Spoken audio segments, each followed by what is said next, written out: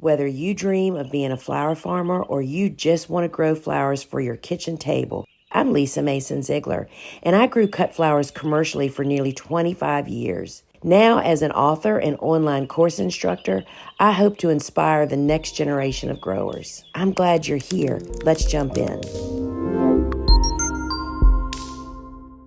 Today, I'm going to bring you guys along as I plant a little 3x10 cutting garden, and I'm doing it a little bit different than I've ever done it in the past. So I'm following along with our seed collection, which actually has a plan. And part of the instructions in this kit, which I still stand by is the best way to do it, is to never plant your cutting garden up against a structure. It just makes it's possible, but it just makes it more difficult to actually access from all the sides. Obviously, you can't get from this side to do your cutting and your actual maintenance. However, sometimes that's the only spot you have, perhaps. And secondly, this is such a significant building on our property, and I thought, how gorgeous would it be to have these flowers right up against the inn, as we call it. So come along with me. I have already prepared the soil and watch this journey of me building and then planting this garden.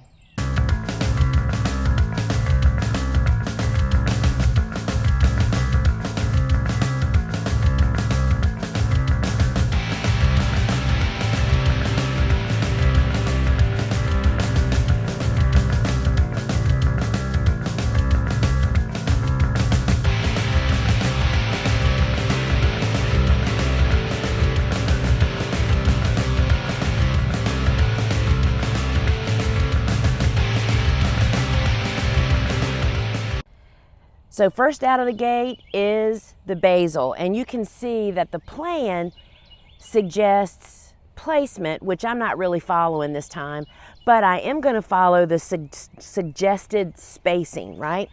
So I have my basil, and this is how I plant. I pick up the whole cluster of 20, and for those that aren't familiar, these are soil blocks. This is the way that I start my seeds. That's 60 plants on that little tray. So 6 inches apart is how I'm going to plant. Look at the roots on these boogers, right? So, you know, the point of planting the basil along the edge, not only is it shorter, but you tend to brush up against the bed. And you know, as we're going in and out here, and you know what that does? That just makes the fragrance just float up, right up to your nose, and it's really awesome. And when I come across little seedlings like this that are super small, I do not use those. So I am ballparking it 6 inches apart in all directions for basil.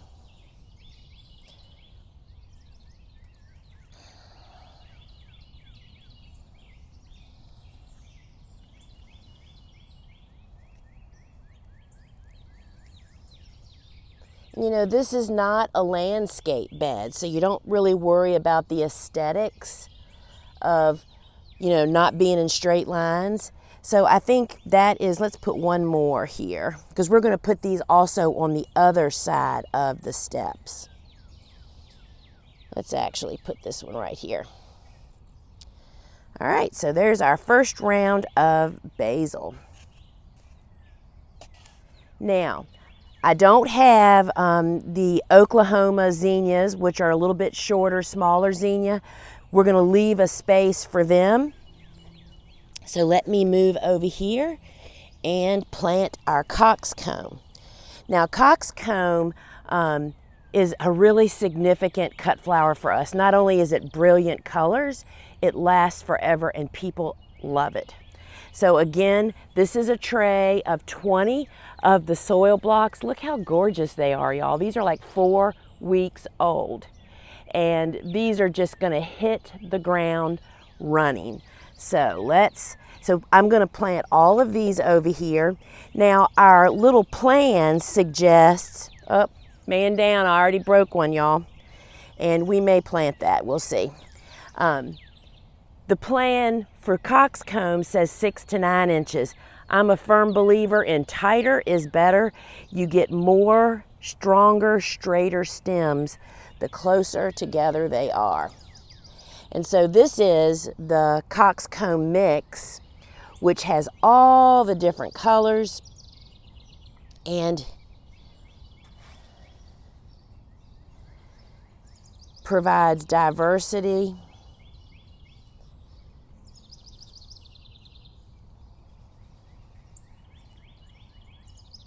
And I also find that soil blocked plants are quicker to plant than struggling with plug trays, you know.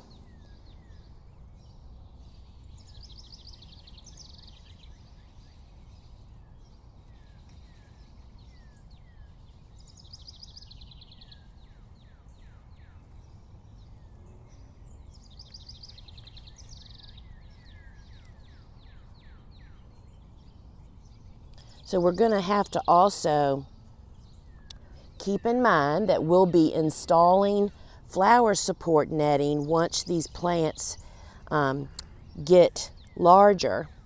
And so I'm thinking about that, about not planting too close to the building. And I always, you notice I'm pulling some of the smaller plants and setting them aside. I keep them in my mind as backup if I need it. I always plant the strongest first and the biggest, and then see what we actually need. We have one more, and I think we'll put him right there. So this space will get zinnias, which aren't quite ready yet. So I have a few leftovers, and they'll probably just go to the compost heap, which is contributing in a different way. The thing that I consider with the sunflowers, because I am planting up against a structure which is going to block the sun for a portion of the day, and I know sunflowers really want 8 to 12 hours of sunlight a day. So I've chosen to plant them on this corner, which is actually exposed to the early morning sun, and then they'll also benefit from the rest of the day sun. And the other thing about sunflowers is, you know, we grow single stem sunflowers as cut flowers. They're the best for a lot of reasons. And so they're going to grow up and bloom, and we're going to cut them and they're done. Having them on this end section will make it really easy for me to plug in more sunflowers like 3 to 4 weeks from now, and then 3 to 4 weeks from then, to have a continuous supply of sunflowers. So you'll notice that these are also in soil blocks, but a sunflower seed is larger than most seeds, and they won't fit into that small block. So we use the large blocker, and these are about 3 to 4 weeks old, almost too old. We prefer to shoot for 2 to 3 weeks, but we have, let me show, look at those beautiful roots on these sunflowers. And notice they are not wound, the roots aren't wound around and around like they would get into a container.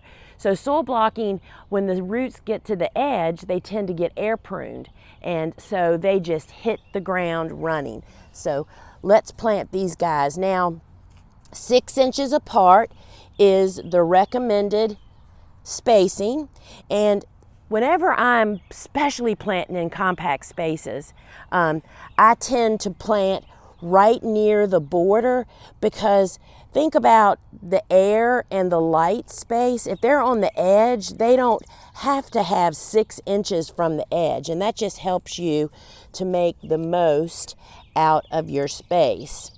So, and the other thing about sunflowers most people don't realize is single stem sunflowers, we can control the size of the actual bloom by how close together we plant them. You could take the same sunflower and plant them 12 inches apart, and the bloom would be twice as big. But of course, we don't want that as a cut flower. We are looking for this nice 3 to 4 inch size bloom that is a perfect addition to your bouquet. It's just super easy to use, right? And then here's the last one. And we're going to tuck him in, and we'll just add this guy in. And there's our sunflower planting. And you, in fact, could plant probably another 8 in this space, and there'd be perfectly enough room for all of that. These are the Benary's giant zinnias, grown in the small soil block. They're borderline 3 to 4 weeks old. They're just on the verge of outgrowing the block. This is the perfect time to plant them. I just wanted to show you the roots are just fabulous. So we're going to space these. The seed collection calls for 6 to 9 inches, and I'm going to kind of go in the middle of that. And again, I'm just eyeballing it, right?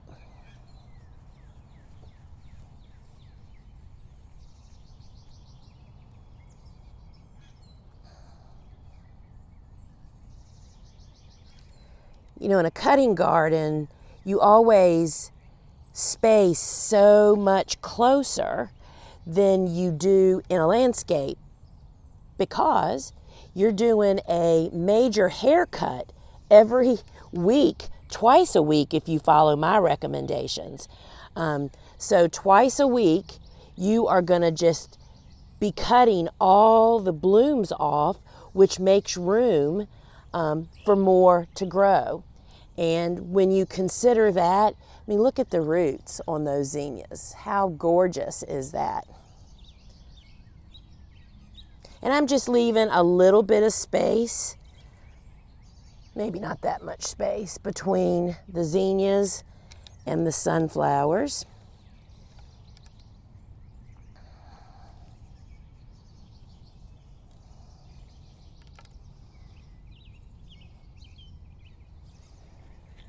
And that was all on a little 5x5 tray. So this is one of the challenges of planting up against a building. You can't, it's not that I can just pop to the other side and plant those in the back. I'm going to have to really stretch in, which is fine. But remember, you're going to have to do this also when you're cutting the flowers. And I think I'm going to put one more back there in the back. Because you know, y'all, tighter is better than space because, as I mentioned, you're going to be cutting these every week, preferably twice a week. And I'm also thinking when I'm planting, see how I kind of make the depression around the plant? That allows me, when I'm going to hand water, which is what this garden will get, water can pool and hold it for a minute, and as it soaks in and drains down. That just helps me to be really quick. All right, so let's do our basil. All right, so we're putting our complementary to the other side. Just smoothing this out a little bit. Complementary what? I'm just planting more basil here on the opposite side of where I did on the other, kind of to match the other side. To do the same thing, when we're moving in and out of this building, you brush perhaps up against this basil. Let's get a bigger one. Again, 20 soil blocks. Just beautiful.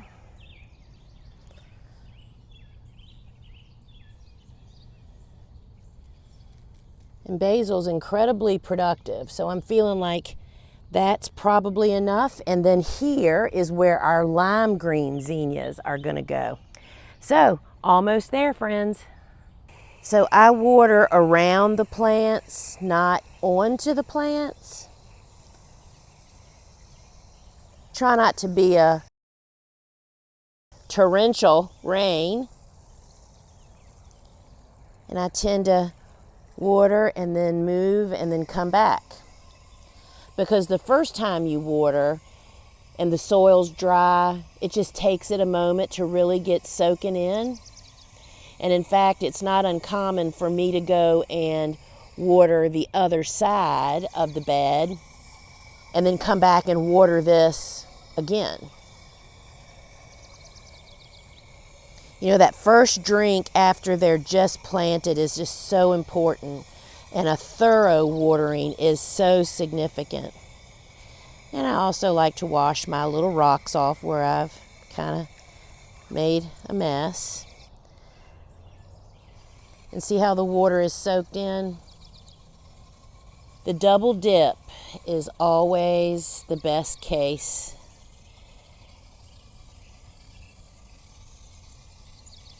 And I tend to not smash the soil after I have watered, because then you're making dirt clogs and the soil will dry clumped together. So if you need to do any additional firming up, I wait until the evening or the next morning or what have you. Now I'll water this garden, depending on the temperature outside, 2 to 3 times a week until it gets well established, and then as needed, giving it about 1 inch of rain a week. And see, by having nice sized plants and not watering on top of them, just allows them to stand up and really get the very best start. I don't know about you, but I fight squirrels and rabbits either eating my stuff or rooting around in it and disturbing it. So I use hoops and insect netting. The reason I use insect netting in place of row cover is this allows more heat to move out of it. It doesn't trap heat as much as row cover does.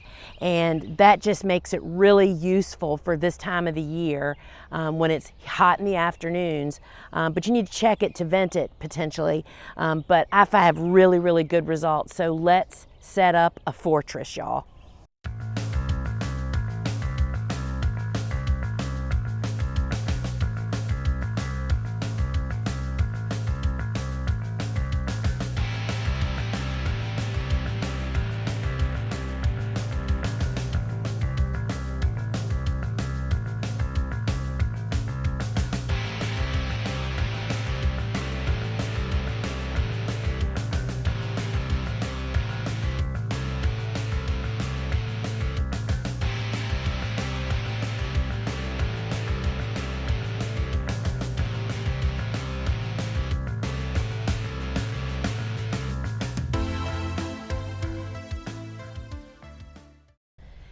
Okay, so if you cover immediately following planting, truly, creatures are smart, but they aren't that smart. They don't even really realize there's something really great underneath there they want. So you don't have to seal every inch, but you have to take away any obvious entry points. And I find that this works really, really well. So we've created a little fortress, and these little plants should look like this tomorrow morning when I come out and not smashed, dug up, or eaten to the ground.